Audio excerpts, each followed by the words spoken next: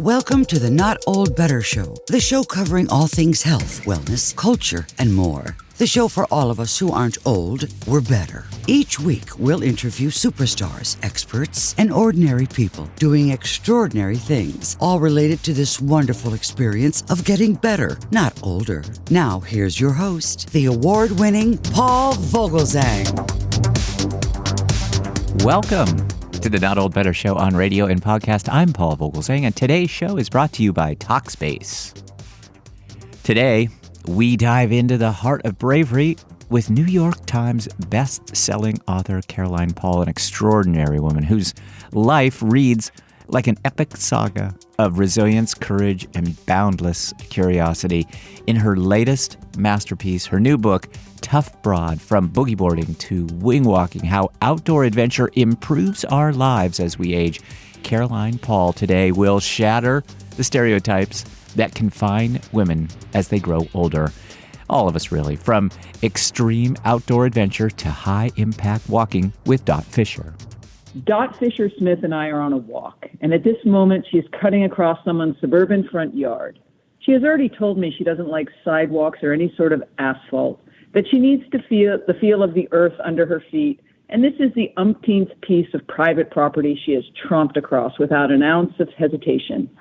In other countries like Scotland, say, there are right-to-ramble laws promising that no well-intentioned flaneur can be stopped for trespassing. But this is not Scotland. It is the good old US of A, where fences and walls are considered sacrosanct, and the castle doctrine is held in high esteem, making property lines the possible equivalent of invisible moats, promising scalding oil and flaming arrows if crossed. Dot just steps over a row of planted greenery, then barrels across the grass on which a ranch house sits. Meanwhile, I follow on tiptoes, casting nervous, sneaky looks over my shoulder, a sadly reduced version of the adventure huzzah author that I initially tried to present myself as for this interview. Dot clocks my unease and assures me, people don't mind. Why would they mind? I'm enjoying their yard. Clearly, this is a case of white privilege. If either of us were black or brown, there would be no such shenanigans. But this is also a case of homeowner can't be bothered to intervene. Let's be honest, a 93-year-old woman in a floppy hat and sensible winter vest doesn't look like trouble, though Dot does not look or move like a 93-year-old. Even standing still, she has the nervy excitement of a young baseball player taking his turn at bat. Now she high steps beside me as if walking's normal range of motion isn't energetic enough for her, reminding me of being near a skittish colt, who also happens to know Buddhist texts and quote poetry. Many people in this quiet town are familiar with Dot Fisher Smith anyway. They know the woman who bicycled these streets until she was 92. They know the woman who at 89 hiked the teeth-gritting, thigh-burning 8-mile uphill Long Valley Trail in the nearby Trinity Alps. They know the woman who spent 2 nights alone on Mount Shasta just last year, hiking from 7,800 feet to 8,200 feet and sleeping there. I'm happiest at altitude, she tells me.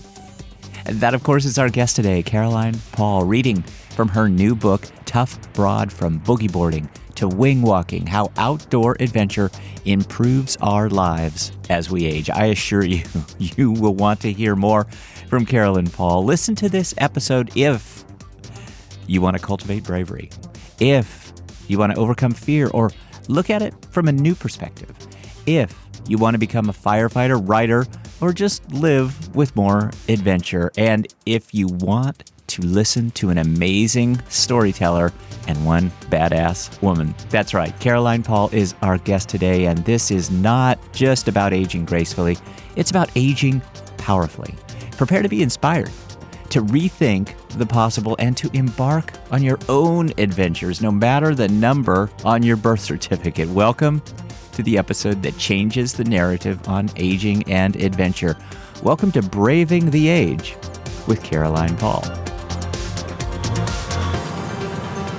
Yeah, I wanted to just highlight that chapter because it really, because I went into it thinking I was just going to be sort of interviewing someone who could show me how you really needed to adapt in your older age to a kind of mellow outdoor activity, and Dot was anything but mellow.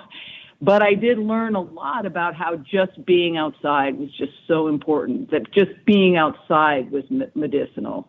So I love that chapter for many reasons, but those two reasons are also. That's great. Thank you. Thank you for that too. If it's okay with you, I'll run all of that just as a kind of an add-on to the reading.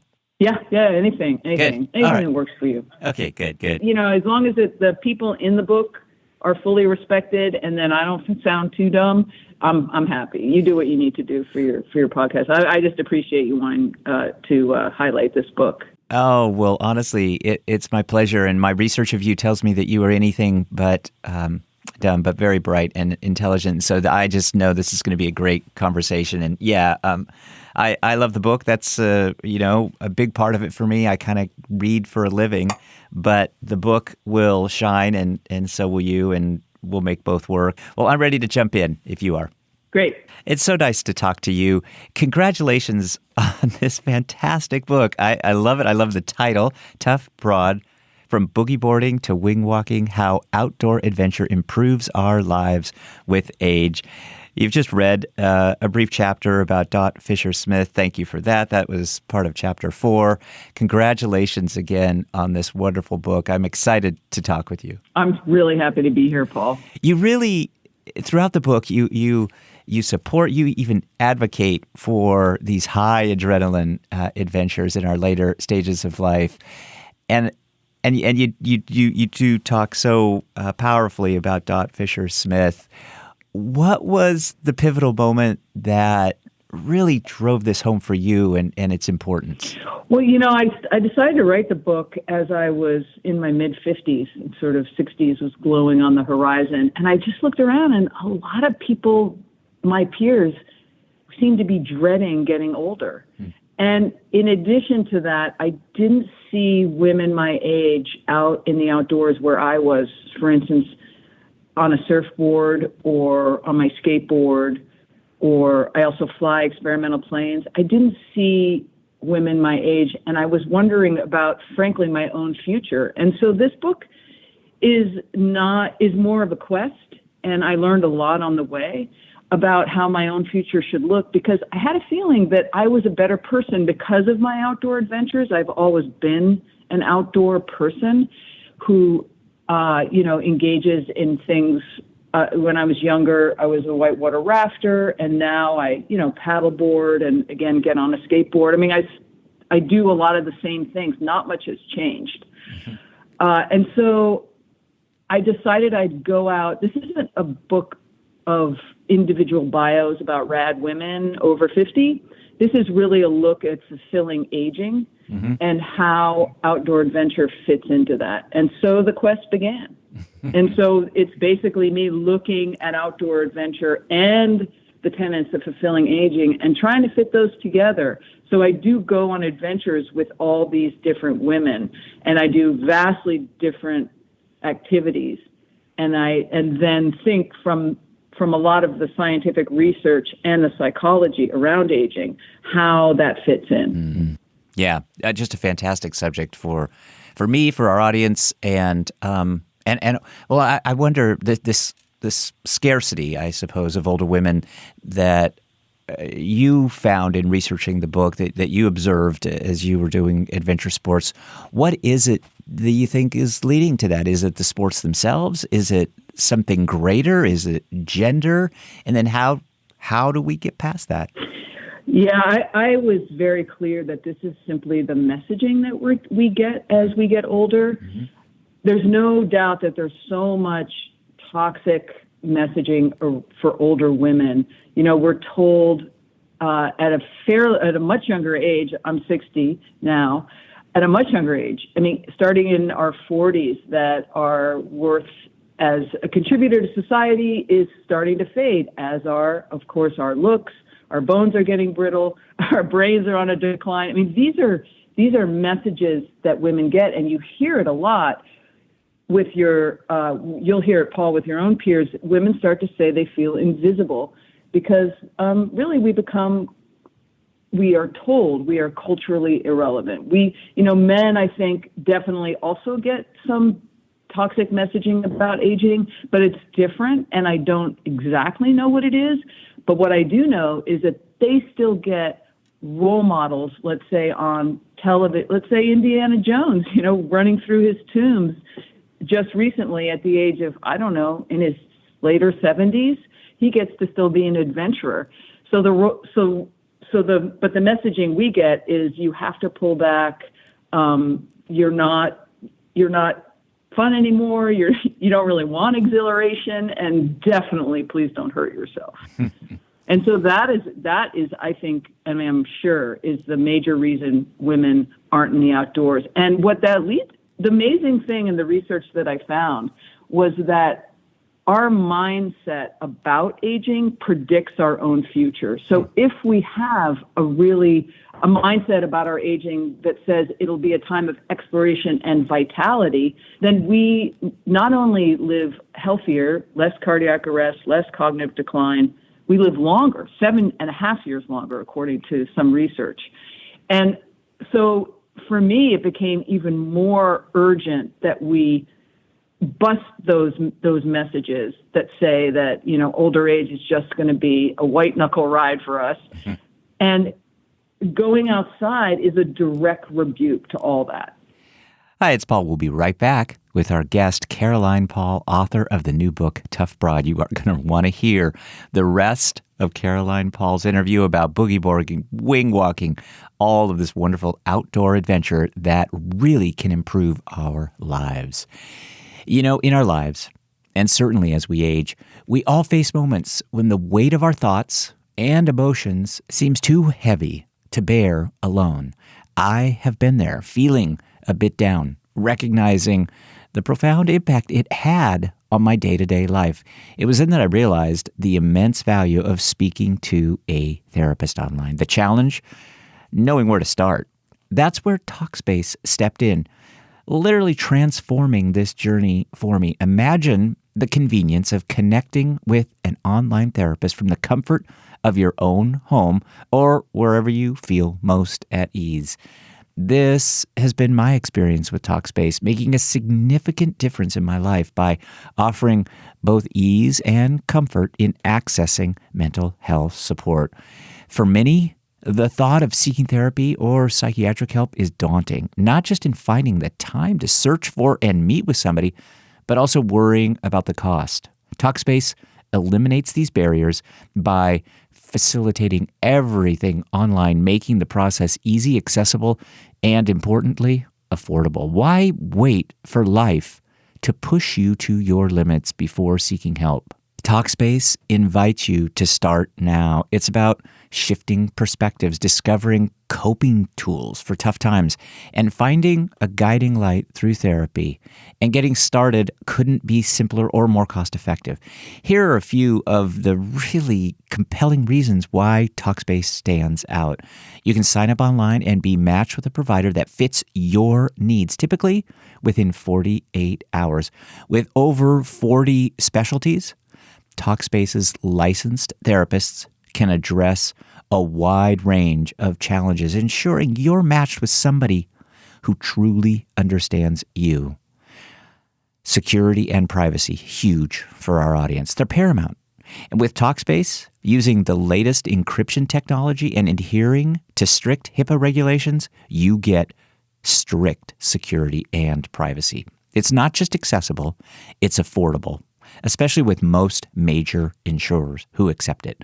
For those of you listening, there's a special offer. Get $80 off of your first month with TalkSpace when you visit TalkSpace.com/NOB. All of this will be in our show notes, but that's TalkSpace.com/NOB. But that'll give you immediate access to the therapy support you need, ensuring you're not walking this path alone. Visit TalkSpace.com/NOB to claim your discount and begin your journey to better mental health.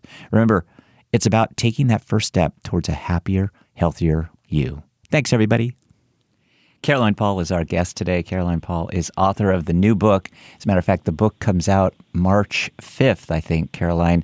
And we're going to put links so that our audience can find the book specifically and more information about Caroline book and her wonderful new book. I just love this title. I love the book, Tough Broad, From Boogie Boarding to Wing Walking, How Outdoor Adventure Improves Our Lives as We Age. It's not just me that is loving this book. I found this great quote from none other than Diana Nyad about your book, and of course we all know Diana Nyad, the first person at age 64 to swim from Cuba to Florida without a shark cage. Diana Nyad, 74 today, and she says, "Tough Broad is a critical life blueprint from the toughest broad I know, Caroline Paul. You turn the last page of Tough Broad and promise yourself to spend every minute possible in the great outdoors." So just as you're suggesting, Caroline, Diana Nyad goes on to say, "You are determined to test new horizons, to abandon your fears, to breathe your deepest breath. I'm 74. Caroline Paul leads those of us mature and wise ages to the very real hope that we, all of us, have much more to explore." Powerful stuff. Great book. Again, congratulations. Such a nice mention from Diana Nyad about your work, Caroline. Yeah, I was really, Diana Nyad has long been a hero of mine, so that was... Yeah. Well, let me ask you a question then about kind of getting going with this. If we, as we get a little older in life, sometimes we become a bit fearful and apprehensive. How do we start to incorporate adventure in our life, knowing some of that and getting beyond some of the fear that, many of us feel? Yeah, I mean, it's hard for any of us to try anything new if you're not an outdoors person. I think, but even though novelty is key to our age, trying new things. And but the outdoors can be very intimidating, especially to women alone, maybe, or people of color. But I urge you if you're willing to pop a lot of pills every day for whatever ails you, please get outside. And what I found was that one of the best ways is to simply, first of all, say yes to somebody who asks you, because you probably know someone who's an outdoors person. And secondly, try to enlist a friend to go outside with you. Again, of all the concerns that we have about aging, one of them is our brain. And the novelty that you will get from going outside, the uncertainty, the pushing of your comfort zones, all of that is going to be so good for us. Yeah, well, you talk about enlisting a friend, and you mentioned community just a bit ago. In chapter 13, titled Make Waves, and then in parentheses, Together. And so you're really referring to the community there, and you talk about wave catchers and how some of these shared adventures can really lead to enhancement.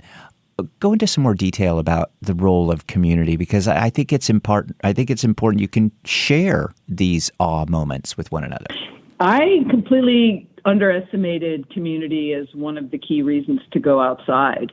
But I interviewed. So I went to these. I heard of these boogie boarders in San Diego, and they were ranged from in their 60s to, frankly, there was someone in her 90s, and I interviewed a woman named Lorraine who told me that she had seen them during the pandemic while she was at the beach. And frankly, it looked like they were having a lot of fun, but she had no outdoor experience at all. And she didn't like swimming, even though she knew how to swim. And she'd never really been in the ocean, but she thought, why not? I'll give it a try. And she was immediately hooked. So a lot of it was the physical vitality. It really was it opened up her perspective on what she could and could not do, because here she was going in the big Pacific Ocean, which gets really cold. And on stormy days, she would still go out there with the wave catchers, which is the group's name. And she told me, which really struck me, is that at one point she thought, well, now I can go off and do it on my own. And she did, and it was fine, but she told me it didn't have the same zing as when she was with everybody else. So there's something about the community, and I looked deeper into it, and it's really important that as we age, we maintain our social ties. And of course, going to, we all love going to, the grocery store and seeing the cashier that we always see. That's important. All those, what they call weak ties. And then, of course, the stronger ties like family. But more than that, there's this concept called belonging, like a deep belonging, where you're a vital part of a group, where you offer something to that group. And I saw these wave catchers encouraging each other. The water, it was happened to be a very cold day when we were out there, but nevertheless, they were all having so much fun. I think fun's a part of it. I think this idea of healthy aging is really getting a lot of steam. How does this idea of experiencing adventure in the out of doors, how does that really evolve kind of in the course of the next couple of years? Where do you see it going? Are people doing, adventure-based travel that incorporates some of this, the boogie boarding, the wing walking? I mean, humans are hilarious. We are always trying to evolve. I mean, look at surfing or sailing. It became windsurfing, and then it was kite surfing, and now it's like foil surfing. I don't know what we're doing. But just everybody's trying to take a piece of wood and make it into something else and then put it in the outdoors and sit on it somehow. It's kind of great. But really what I see is that the outdoors, well, they have to be, they better be, but they really are moving to being way more inclusive. So the outdoor industry was not marketing its wares to people of color, in the past couple decades. It was super embarrassing. It was just sort of on the covers of adventure magazines. It was always white people, often always white male people. They started to be like, oh, I guess we have to include women. So then that, and then now they are realizing like we need to include people of color because people of color go outside, darn it, despite the fact that white people don't think so. And now, hopefully, they'll see that, the older generation also really benefits from going outside. In other countries, they actually have the government subsidizes outdoor areas for their citizens to walk through. And then maybe they'll have signposts saying, stop here and look at the lake. And it's a way, because they've realized how important it is for people to get outside for their well-being. I mean, they did just for our growing mental health crisis that we're seeing, certainly with young people, but as we age, we do actually battle anxiety a lot, which I think is probably fear-based, again, on the messaging that we get that our old age is going to be terrible. And they did a study on 400,000 cross-country skiers in Sweden, I think it was, and they saw that these skiers had drastically less amounts of anxiety, and they concluded, physical activity is really good for your anxiety. And of course, I agree. But what I think they missed is that cross-country skiers are outside, and they're outside in the elements, and that itself is so medicinal. So I think we're going to really see that, going outside is not just for select few. It's not for the wealthy, the robust, the white people. It's for all of us. And all we have to do is adapt and, pick the outdoor activity that works. In this book, I cover base jumping, the most dangerous sport in the world. But I also, again, I go bird watching. So there's a vast range. And, Paul, this is secretly a climate change book because I'm just overwhelmed with grief about what we're doing to nature. And the truth is that we might not have the radically same outdoors unless we do something. And so I'm hoping that in the next couple of years that people will start to realize that going outside is so important for us on so many levels that we really have to start saving it. I'll tell you, you really are a role model. My own mother is 93, lives in Seattle. At age 64, she did some whitewater rafting down the Colorado River, and I really think that she did that alone. My dad didn't go with her. She did that with a group. She had a great time. She, in later years after my father passed away, did her share of some of this. She didn't ever go on a whitewater rafting trip again, but she did quite a few sports. And I really think that, I told her that I was going to be talking to you, and she really felt like she wished she would have had this, a little bit more of this as she was kind of coming up, I think she really agrees that there just weren't enough women. And I'm glad that you've decided to share this and in particular talk about the scientific findings that you really uncovered, because I think that gives it all the more credence about why this is important. And again, I was talking to my mom about this, and she really felt like this is the critical element in it too, that it has an effect on our brains. Yes, and I have to say that, Paul, I also had a mom my mom really blossomed after 40 when she divorced my dad and got a new life and a boyfriend and became really happy. Yeah. And then at 60, she picked up bicycling, and that gave her a community. It gave her a physical fitness. It gave her novelty because she was learning something new and changing tires. And again, like I said, it was a direct rebuke to everything, all the messaging she was getting about being 60 and older.